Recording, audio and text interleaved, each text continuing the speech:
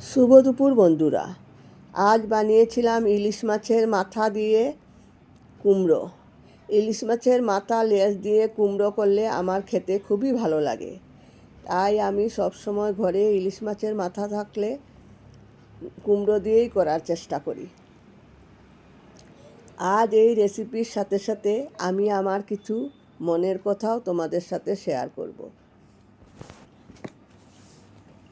আমার মনের কথা হলো, আমি আম্বানির ঘরে জন্ম নেই নাই, হাইফাই ঘরেও জন্ম নেই নাই, সাধারণ মধ্যবিত্ত পরিবারে জন্ম নিয়েছি।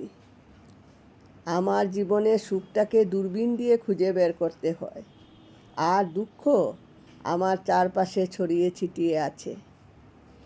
আমি সব সময় রাগ হলে বলি আমার মরণ হয় না, কোনো সময় বলি ঠাকুর আমায় দেখে না, আবার কোনো সময় বলি সুখী মানুষকে ঠাকুর আগে দেখে।